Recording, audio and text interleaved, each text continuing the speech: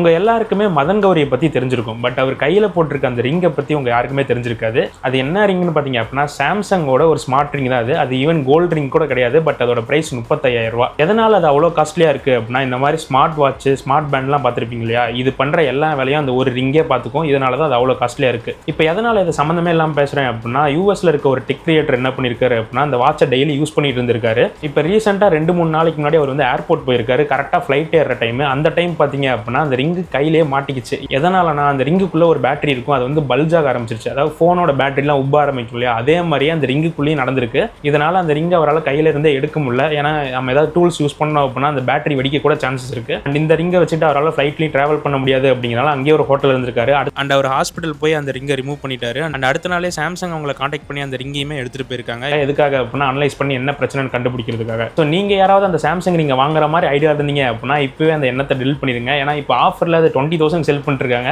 ஏன்னா வாங்கினதுக்கு அப்புறம் உங்க கைக்கும் என்ன ஆகும்னு தெரியாது. ஈவன் அவர் ரிப்போர்ட் பண்ணதுக்கு அப்புறம் இன்னும் 2 பேரும் இதே மாதிரி யூஸ் கேஸை ரிப்போர்ட் பண்ணியிருக்காங்க. ஸோ ஏதாவது ஐடியா இருந்துச்சு அப்படின்னா 2-3 ஜென்ரேஷன் கழிச்சு வாங்கிக்கோங்க. அப்போ மேபி இந்த இஷ்யூஸ்லாம் சால்வ் ஆகலாம். ஸோ இந்த மாதிரி நியூஸஸ்லாம் உடனே தெரிஞ்சுக்கணும் அப்படின்னா மறக்காம ஃபாலோ பண்ணிக்கோங்க. அடுத்த வீடியோவில் பார்க்கலாம்.